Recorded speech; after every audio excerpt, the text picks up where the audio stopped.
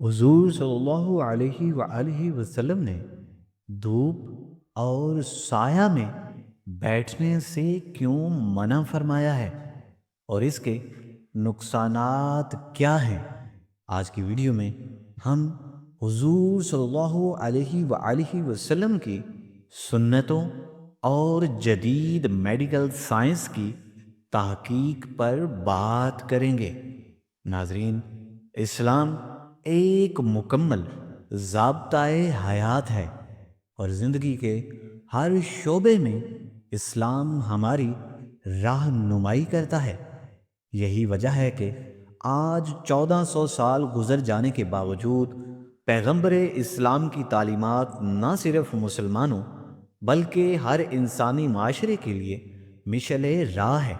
جدید سائنس بھی ان تعلیمات سے متاثر ہو کر یہ کہنے پر مجبور ہو گئی ہے کہ انسانی وجود کی سالمیت اسلامی تعلیمات پر عمل کرنے سے ہی ممکن ہے۔ حضور صلی اللہ علیہ وآلہ وسلم دائیں جانب روح قبلہ ہو کر آرام فرماتے تھے۔ جدید سائنس کا کہنا ہے کہ اگر انسان بائیں طرف لیٹے تو دل کے امراض پیدا ہونے کا خطرہ ہوتا ہے، کیونکہ بائیں کروٹ لینے سے معدہ اور انتڑیوں کا بوجھ دل پر پڑتا ہے، جس کے نتیجے میں دوران خون اور دل کی حرکت میں کمی آ جاتی ہے۔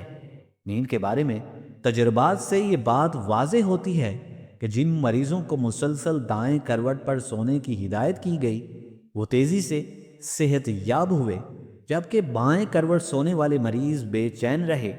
جدید تحقیق سے یہ بات ثابت ہو چکی ہے کہ دائیں طرف سونا دل اور معدے کے امراض سے بچاتا ہے اور بے ہوشی سے بھی محفوظ رکھتا ہے۔ اسی طرح حضور صلی اللہ علیہ وآلہ وسلم کا بستر مبارک نرم نہیں تھا۔ حضرت عمر رضی اللہ تعالی عنہ سے مروی ہے کہ وہ رسول صلی اللہ علیہ وآلہ وسلم کی خدمت میں حاضر ہوئے۔ آپ ایک بنی ہوئی چٹائی پر آرام فرما رہے تھے اور آپ کی پشت اور چٹائی کے درمیان کوئی بستر موجود نہیں تھا۔ چٹائی کے نشانات آپ کے پہلو مبارک پر ظاہر ہو رہے تھے۔ آپ صلی اللہ علیہ وآلہ وسلم نے نرم بستر کا استعمال نہیں فرمایا۔ جدید سائنسی تحقیق نے اس بات کو ثابت کیا ہے کہ حضور صلی اللہ علیہ وآلہ وسلم کا یہ معمول طبی اصولوں کے مطابق اور بے شمار فوائد کا حامل تھا۔ سائنسی ماہرین نے اپنی تحقیق میں یہ بتایا ہے کہ جب ایک شخص آرام دہ بستر پر سوتا ہے تو اس کے جسم کی حرکت سست ہو جاتی ہے اور اس کا گردہ اور ریڑھ کی ہڈی متاثر ہو سکتی ہے۔ بہت زیادہ نرم بستر سے گردے میں پیچیدہ ورم پیدا ہوتا ہے اور بچوں کی ہڈیاں نرم ہونے کے باعث ان پر بستر کا اثر پڑتا ہے، جس سے وہ معذوری کا شکار ہو جاتے ہیں۔ امریکہ کی کونسل فار ہیلتھ نے اپنی حالیہ رپورٹ میں چمڑے کے بستر کو بواسیر، کمر درد، اعصابی کمزوری اور عضلاتی کھنچاؤ کے علاج کے طور پر ذکر کیا ہے۔ حضور صلی اللہ علیہ وآلہ وسلم نے دھوپ اور سایہ میں بیٹھنے سے منع فرمایا ہے، کیونکہ انسان کو سورج کی روشنی کی ضرورت ہے۔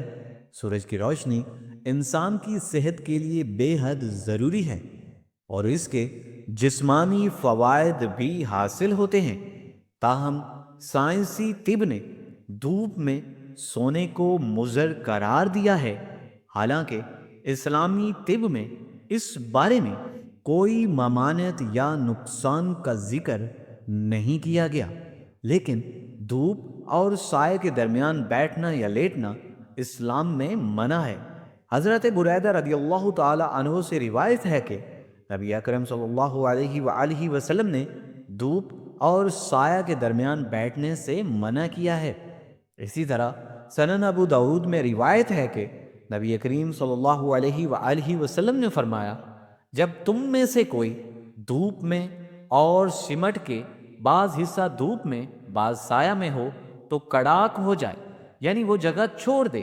دھوپ میں نکلنا، اس میں بیٹھنا، خصوصاً سردی کے موسم میں دھوپ میں لیٹ جانا، یہ امر طبی ہے، لیکن حدیث کی روشنی میں دھوپ اور سائے کے درمیان بیٹھنا یا لیٹنا منع ہے۔ اس حدیث میں جو ممانعت آئی ہے اس سے اہل علم کے درمیان کچھ اختلاف ہے۔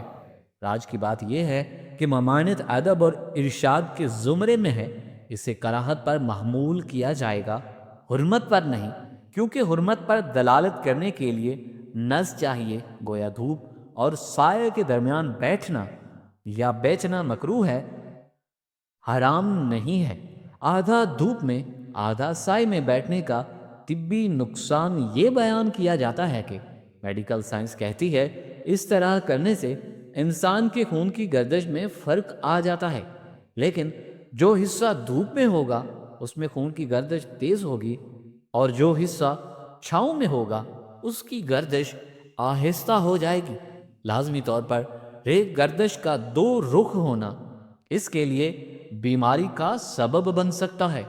سبحان اللہ، کیا حکمت ہے فرمان رسول میں، جب سائنس کا وجود نہیں تھا تو یہ سب بتا دیا۔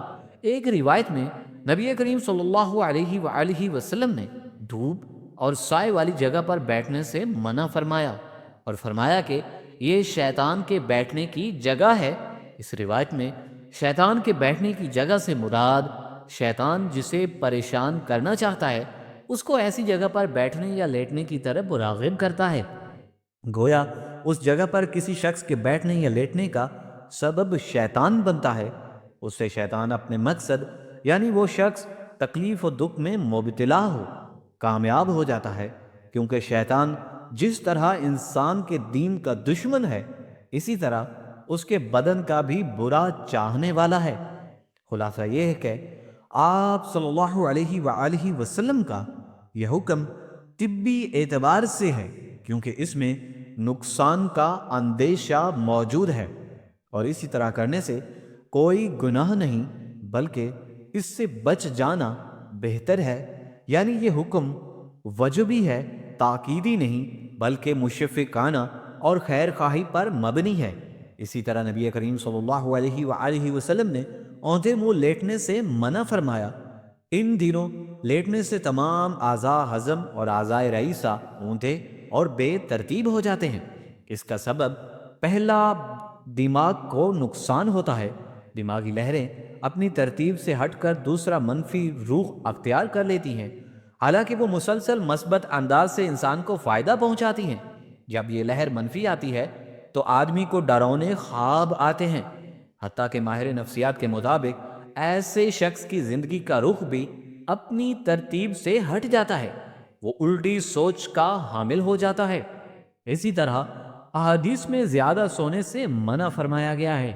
زیادہ سونے سے بدن میں سستی اور کسلی مندی پیدا ہو جاتی ہے، جس سے جہاد اور دنیا کے کاموں میں حرج پڑتا ہے، وہاں دین کو بھی شدید نقصان پہنچتا ہے۔